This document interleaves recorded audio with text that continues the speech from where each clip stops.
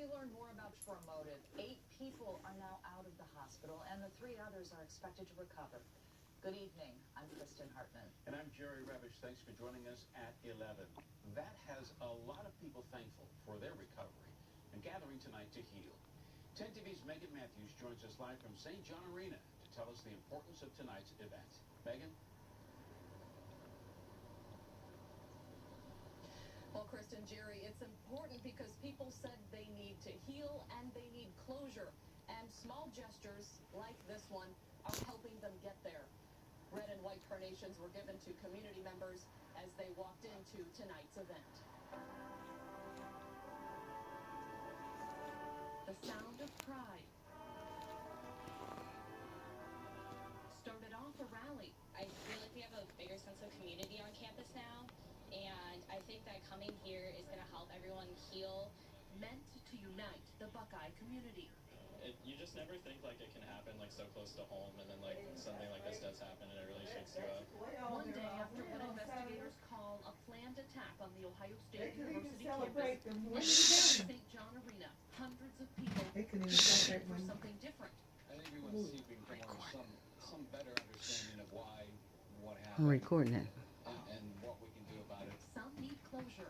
Everyone has this same state of this emotionally exhausted. Like, I'm going through my classes just trying to, like, focus. Others found the message they wanted to hear.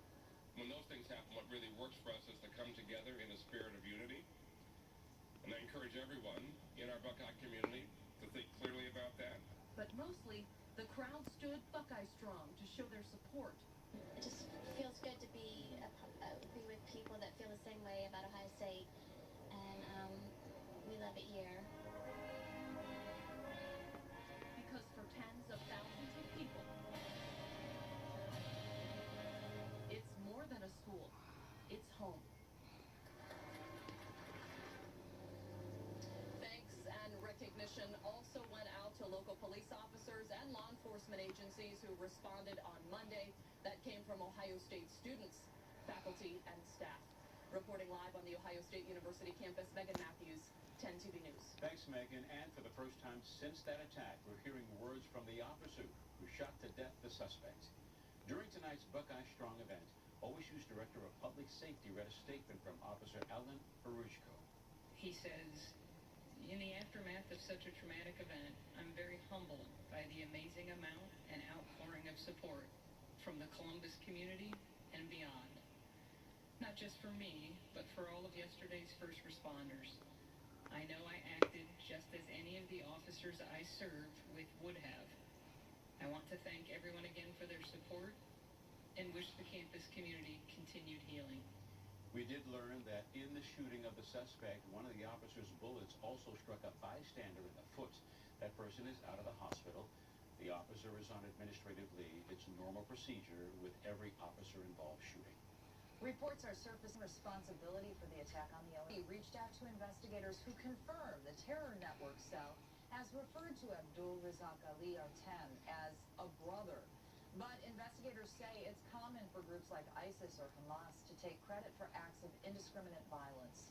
Investigators tell 10 TV that the FBI will rely on a forensic examination of the suspect's electronic devices to determine whether the attack was motivated by radical Islam. That is how they would confirm whether or not Artem received any direction or guidance from an organized terror cell like ISIS. And the newspaper is speaking to 10 TV about what it's like to become part of a national story. 10 TV's Tyler Beckham live outside OSU Student Union with his story. Tyler. Hey guys, you can pick up copies of OSU student newspaper, The Lantern, all over campus, like right here at 12th and High in front of the Student Union. There's several copies inside here, and of course the story is front page news. This is the second time that Artem has appeared in an article in The Lantern here, and for the reporter who interviewed him, the first that he's been in the national spotlight. It's just been all... Yeah. Are you sled much? Yeah, OSU journalism major Kevin Stankiewicz writes for the student newspaper The Lantern, and he interviews everyone from Buckeye football players to students. I talked to him in August, and it ran, and then I never really thought about it again. Last August, Stankiewicz profiled a new student named Abdul Razak Ali Artan, now named as the only suspect in an incident that law enforcement sources tell 10TV, quote, bears all the hallmarks of a lone terror attack. He talked about how afraid he was to pray out in public on his first day. In the article, referring to his first day on campus, Artan said, quote, this place is huge. I don't even know where to pray. The acts of an individual shouldn't be blamed on the rest of the community. Artan's plea for more acceptance and less judgment is similar to the message the Somali Community Association of Ohio is trying to convey now because of Artan. Columbus became the best destination for Somali community around the globe. And we don't want somebody to create a problem with the people that we live with. So whatever he wrote and whatever they said, it's not our business. A message not lost on Kevin Stankiewicz, whose journalism degree will now include a lesson in what to do when the reporter becomes the story. Frankly, you don't ever want the opportunity. If you would go 4 years without ever, that's what you want. I mean, this is not what anybody wants. Coincidentally, OSU police officer Alan Haruchko was also featured in the Lantern about 2 years ago when he first started on the job. We're live at OSU's campus. Tyler Beckham, 10TV News. Tyler, thank you. Engineering told his story before he officially left the hospital. As I was walking, I suddenly heard a shout and then this tremendous crash. This car had plowed into a group of people. Professor Emeritus William Clark was one of them. As it was stopping, it clipped in the back of my right leg and basically flipped me up in the air, and I landed on concrete, which at my age is not what you want to do. We need an ambulance here fast, please. After confusion, Clark says one thing became clear in the shouts all around him. Panic shouting. So obviously, at that point, I figured out it was more than just a car accident. Abdul Razak Ali Artan had a knife, and he was out of the car using it to hurt people. But OSU officer Alan Haruchko got there fast.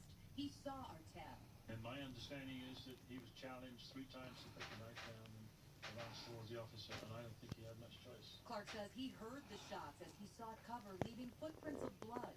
He had 2 deep cuts, which doctors tended to later.